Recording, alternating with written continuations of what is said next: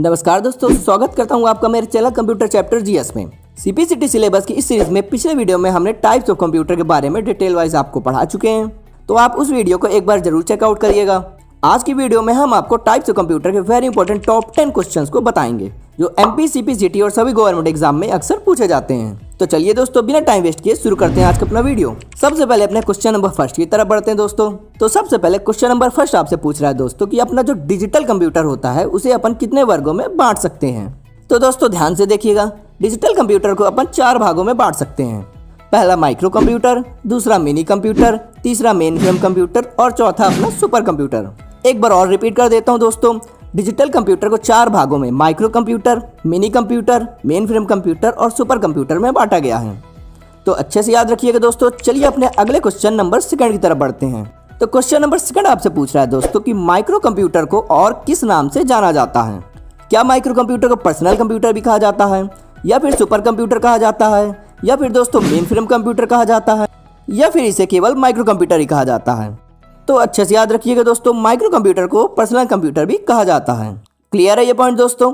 चलिए आगे बढ़ते हैं अपने अगले क्वेश्चन की तरफ। तो क्वेश्चन नंबर 3 में आपसे पूछ रहा है कि माइक्रो कंप्यूटर की इंटरनल मेमोरी कितनी होती है।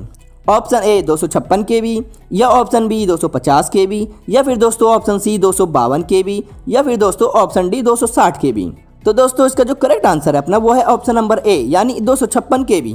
याद रखिएगा दोस्तों अच्छे से, माइक्रो कंप्यूटर की जो इंटरनल मेमोरी होती है वो 256 KB होती है। क्लियर है दोस्तों। चलिए आगे बढ़ते हैं अपने अगले क्वेश्चन नंबर 4 की तरफ। तो मेरे दोस्तों क्वेश्चन नंबर 4 में आपसे पूछ रहा है कि जो मिनी कंप्यूटर होता है वो माइक्रो कंप्यूटर की तुलना में आकार में बड़ा और चाल में धीमा होता है, या फिर आकार में छोटा और चाल में धीमा होता है, या फिर दोस्तों आकार में बड़ा और चाल में भी तेज होता है, या फिर इनमें से कोई नहीं दोस्तों।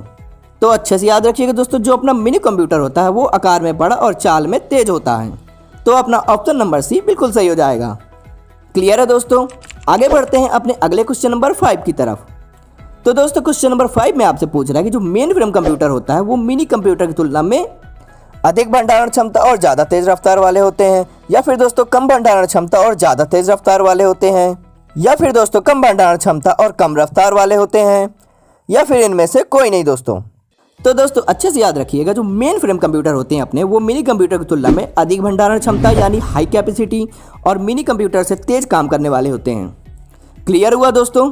चलिए इसके बाद अपने अगले क्वेश्चन नंबर 6 को देखते हैं। तो क्वेश्चन नंबर 6 में आपसे पूछ रहा है दोस्तों कि जो मेन फ्रेम कंप्यूटर होता है उसको एक समय में कितने लोग काम कर सकते हैं। ऑप्शन ए दोस्तों 50 लोग, ऑप्शन बी दोस्तों हजारों लोग, या फिर ऑप्शन सी दोस्तों सैकड़ों लोग, या फिर ऑप्शन डी दोस्तों नन ऑफ दीज। तो मेरे दोस्तों यहाँ पर ध्यान दीजिएगा, जो मेन फ्रेम कंप्यूटर होता है अपना उसमें एक ही समय में लगभग 100 से ज़्यादा लोग काम कर सकते हैं। क्लियर हुआ दोस्तों। चलिए इसके बाद अपने क्वेश्चन नंबर 7 को देखते हैं।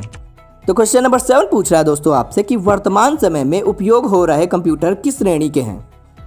ऑप्शन ए एनालॉग श्रेणी के, या फिर ऑप्शन बी डिजिटल श्रेणी के, या फिर दोस्तों ऑप्शन सी मैनुअल श्रेणी के, या फिर ऑप्शन डी दोस्तों मैकेनिकल श्रेणी के।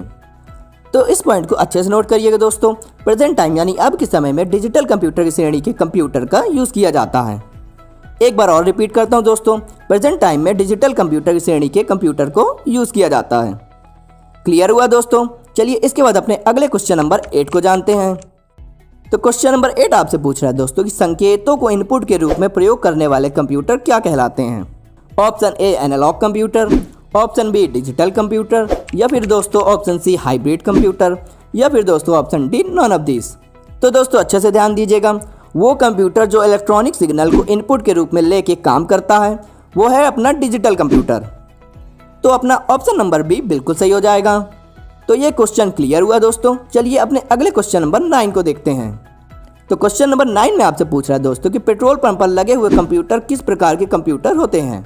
Option A digital computer, option B analog computer, या फिर ऑप्शन सी माइक्रो कंप्यूटर, या फिर option D none of these. तो मेरे दोस्तों अच्छे से याद रखिएगा, पेट्रोल पंप को मैनेज करने के लिए एनालॉग कंप्यूटर का इस्तेमाल किया जाता है। तो अपना ऑप्शन नंबर बी बिल्कुल सही हो जाएगा। क्लियर है दोस्तों। चलिए आगे बढ़ते हैं अपने आखिरी और क्वेश्चन नंबर 10 की तरफ। तो क्वेश्चन नंबर 10 आपसे पूछ रहा है दोस्तों कि निम्न में से सबसे तेज, सबसे बड़ा और सबसे महंगा कंप्यूटर कौन सा है। Option number A notebook computer, option number B super computer, option number C laptop, या फिर दोस्तों option number D notebook computer और सुपर कंप्यूटर दोनों। तो दोस्तों ध्यान से देखिएगा, पूरे वर्ल्ड में जो सबसे तेज चलने और सबसे ज़्यादा महंगा कंप्यूटर है वो है अपना सुपर कंप्यूटर। अच्छे से याद रखिएगा दोस्तों, पूरे वर्ल्ड में सबसे तेज चलने वाला और सबसे महंगा कंप्यूटर जो है वो है सुपर कंप्यूटर। चलिए दोस्तों, आज की वीडियो में इतना ही, मिलते हैं नेक्स्ट वीडियो में। जब तक के लिए आप सब अपना ख्याल रखिएगा।